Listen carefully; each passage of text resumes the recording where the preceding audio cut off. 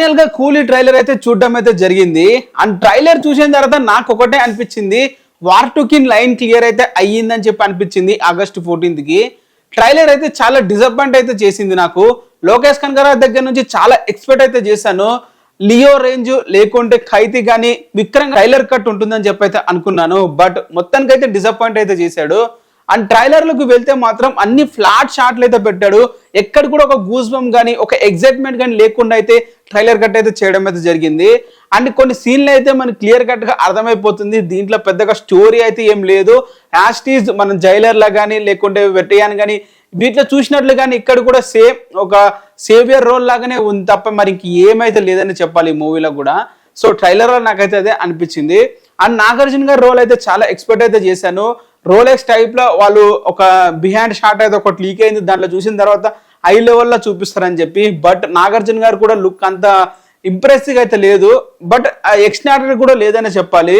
Impressive గా ఉంటుంది అనుకున్నాం కానీ మరి ఇంత డిసప్పాయింటెడ్ లెవెల్లో వాళ్ళు ఒక నార్మల్ వ్యక్తిగా చూపించడం అయితే జరిగింది. ఈ లోకేష్ కనగరాజు మూవీస్ కి ఎక్కువగా హైప్ రావడానికి కారణం విక్రమ్ మూవీ అని చెప్పాలి. విక్రమ్ మూవీలో రోలెస్ క్యారెక్టర్ వల్ల దానికి వచ్చే ప్రతి మూవీ కూడా హైప్ అయితే పెరుగుతుంది. రోలెస్ క్యారెక్టర్ లో సూర్య గారు చేసిన యాక్టింగ్ కి అండ్ తను తెచ్చిన పేరుకి వేరే లెవెల్లో అయితే ఇంపాక్ట్ అయితే క్రియేట్ అయితే చేశారు. సో నాగార్జున క్యారెక్టర్ కూడా అదే విధంగా ఉంటుందని చెప్పి అయితే అనుకున్నాను. బట్ అంతగా అయితే ట్రైలర్లు అయితే మనకైతే ఏం చూపించలేదు. అండ్ అలాగే రిమైనింగ్ క్యారెక్టర్లు అమీర్ ఖాన్ కానీ లేకుంటే సత్యరాజ్ కానీ లేకుంటే వీళ్ళన్ని క్యారెక్టర్లు చూస్తుంటే ఏదో ఫ్లాట్ గా మొత్తం ఒక ట్రైలర్ లో ఇరికిచ్చేసినట్లు అయితే అనిపించింది. మరి వీళ్ళని ఏ విధంగా వాళ్ళ మూవీలో ప్రజెంట్ చేస్తారనేది అయితే చూడాలి. ఈ ట్రైలర్ కట్ యావరేజ్ కట్టే మనందరికీ చూస్తే తెలిసిపోతుంది. బట్ ఎట్లా అయిపోయిందంటే ఈ తమిళ వాళ్ళు కానీ చేసినా కూడా మన తెలుగు వాళ్ళకైతే అదొక తియ్యటి కమ్మగా ఉంటుంది.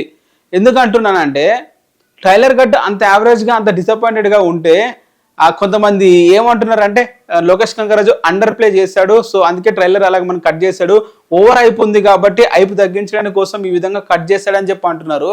సో మరి అదే ఓవర్ అయిపు ఉన్నప్పుడు ఆ ప్రమోషన్ చేయకుండా ఆపేస్తే బెటర్ కదా. అమెజాన్ తో టైఅప్ అయి ప్రమోషన్స్ అయితే చేశారు. అండ్ చాలా విధంగా ప్రమోషన్లు అయితే చేసుకుంటూ అయితే వస్తున్నారు. అవన్నీ ఆపేసి డైరెక్ట్ మూవీ రిలీజ్ చేయొచ్చు కదా, ఓవర్ అయిప్ అనేది తగ్గించవచ్చు. బట్ వాళ్ళు ఏం చేయట్లే. ట్రైలర్ లా ఒక పెద్ద వ్యక్తి చెప్పిండు, ట్రైలర్ లో మనకి చూపించే షాట్లే మూవీలో మేజర్ గా ఉంటాయి, హైలైట్ అయిన షాట్లు మాత్రమే మనకి ట్రైలర్ లో చూపిస్తారు. సో దీంట్లో మనం చూసుకుంటే ఆ ట్రైలర్ లో మనకు ఒక్క షాట్ కూడా హైలైట్ మూమెంట్ కూడా లేదనే చెప్పాలి. నాకు ఫ్లాట్ గా ఎందుకు ఉంది అంటున్నాడు మాత్రం ఎక్కడ ఇంప్రెసివ్ షాట్ అయితే లేదు.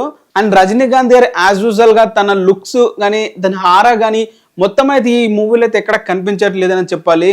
సో ఆ హారా కూడా తగ్గిపోయింది రజనీకాంత్ గారిది. రీసెంట్ గా జైలర్ తర్వాత అంత ఇంపాక్ట్ అయితే చూపించట్లేదు ఏ మూవీలో కూడా. వెట్టియాన్ కానీ రీసెంట్ గా రిలీజ్ అయిన లాల్ సలం కానీ ఆ మూవీస్ దేంట్లో కూడా చూసినా కూడా రజనీకాంత్ అంత ఇంపాక్ట్ అయితే చూపించలేదు లుక్స్ గానీ ఆహా కానీ.